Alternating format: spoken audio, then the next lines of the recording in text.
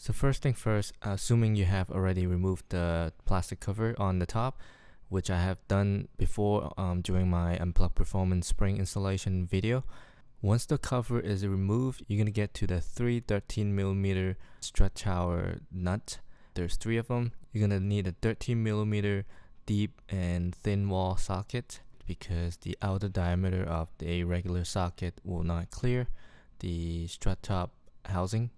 This may not be everyone's first step, but since I removed the cover on the top and I'm already on the top side, I break them loose slightly, leaving the nut still intact on all 3 of the stud for the strut top. Moving on to the bottom side inside the wheel well, I start off with the sway bar linkage. It may be a combination between a Torx 40 bit and a 18mm ratchet or wrench.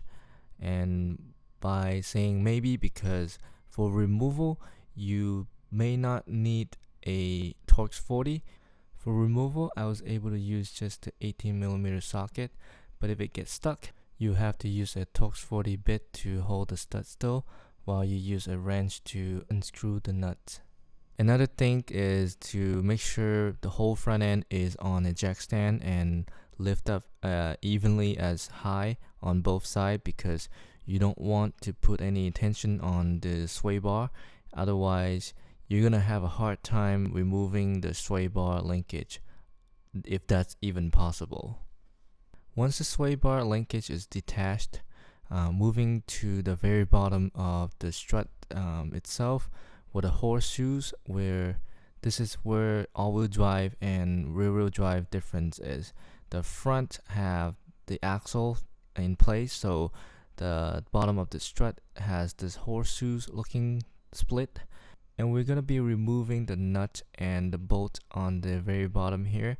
It is a 21mm nut. It's probably the tightest and highest torque nut or bolt on this suspension setup, so you're gonna use quite a bit of force to break it loose. Once you break it loose, remove it completely, and we're gonna move on to the brake lines, where we're gonna detach it from the suspension assembly, because once we remove the suspension, we don't want the brake lines to be still attached to it or accidentally damage it in any ways.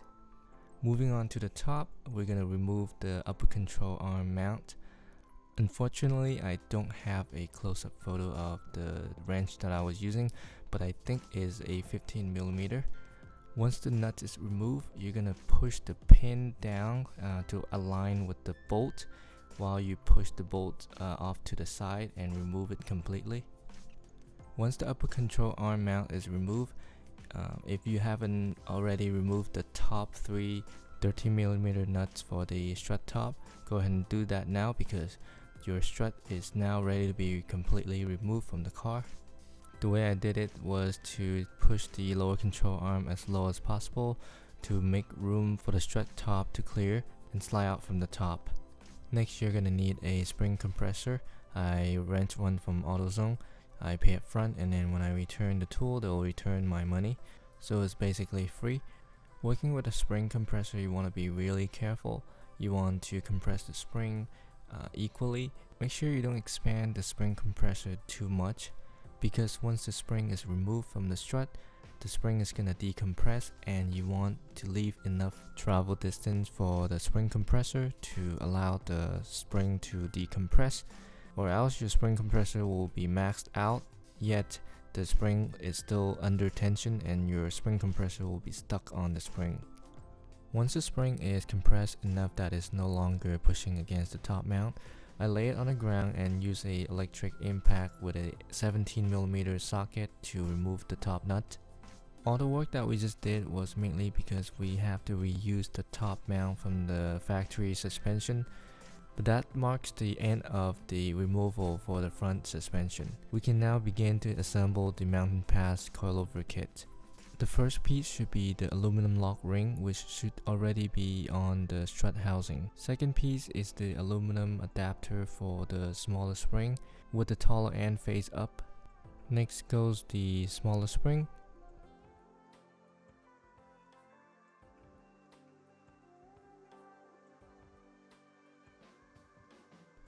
And then once again another aluminum spring adapter with the longer end face up.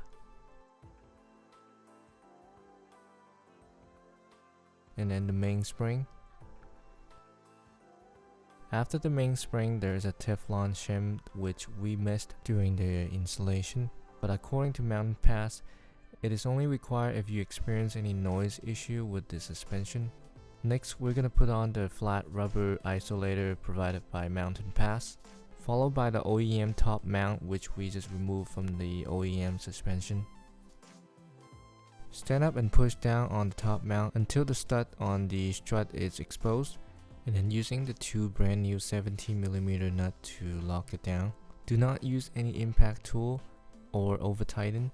You only need to torque it to about 20 pounds or so. Next, you're gonna need a 1/4 inch hex key to mount the bracket to the bottom of the coilover kit.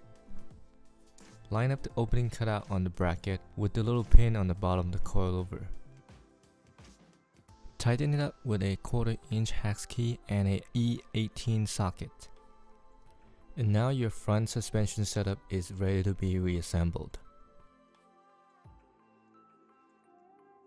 Torque everything per manufacturer spec. I'll try to gather all the torque spec and leave them in the description. Or if you have the torque mark on the bolt or nut, go ahead and tighten them up until the torque mark lines up.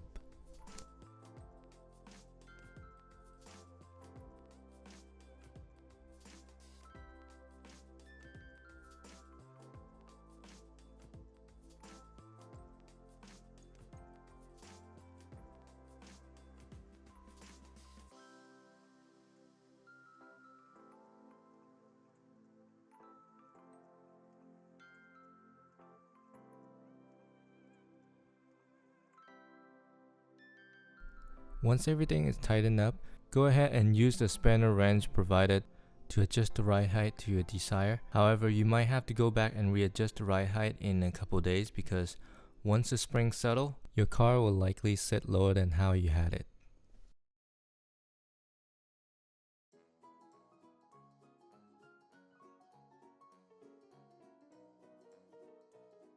For the backside, it's slightly easier. You're gonna need a 15mm to unbolt these two bolts.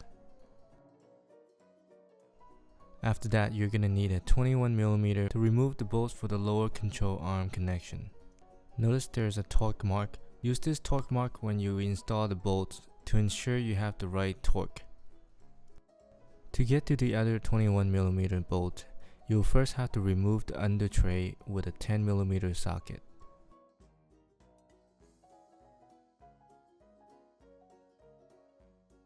With the cover removed, now you can get to the second 21mm bolt. Before completely removing the two bolts, use a second jack and place it underneath the tray. You might have to move it up and down to help release some tension and align the hole with the bolt so it removes easily. With all these bolts removed, now you can remove the strut from the car.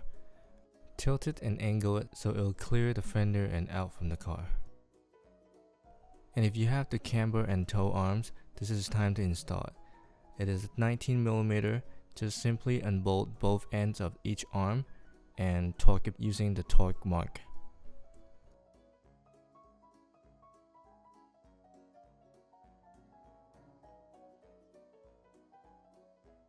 To get the rear spring off, push down onto the tray that is holding the spring until you clear enough room for the spring to come off.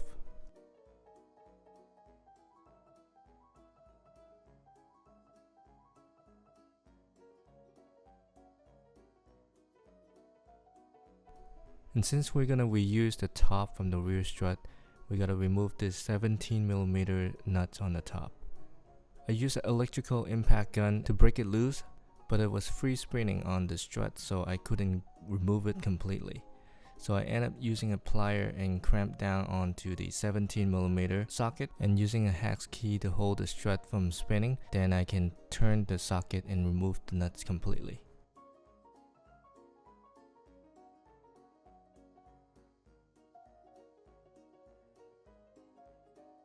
Remove the top nut from the brand new MPP rear strut. Then take the factory strut top Make sure the barcode on the strut top is facing the same direction as the adjustment knob.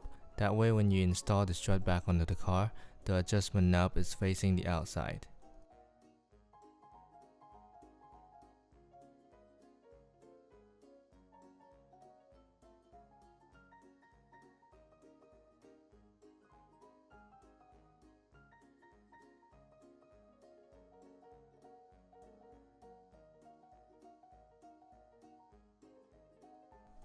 Using a 17mm socket, you're gonna tighten up 2 of the brand new nuts provided by MPP.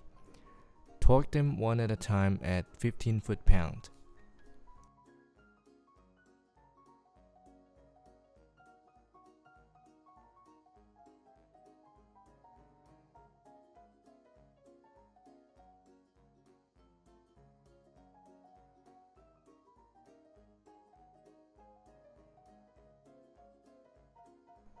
With the camber and toe arm all installed, now it's time to install the lowering spring. We used the rubber gasket from the OEM spring and attached the adjustable top hat to the top of the spring. Place the spring back onto the tray with the rubber gasket facing down. Align those 2 notches on the gasket with the 2 holes on the under tray.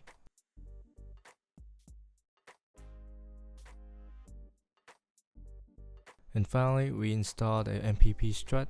Torque everything down using the torque mark or per manufacturer spec. And again, I'll leave the torque spec in the description.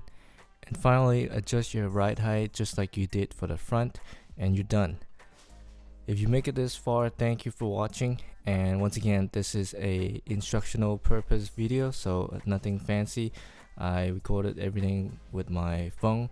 But if you find this video helpful, please go ahead and give me a thumbs up. If you have any questions or if you want to share anything else that I didn't cover, go ahead and leave them in the comment section.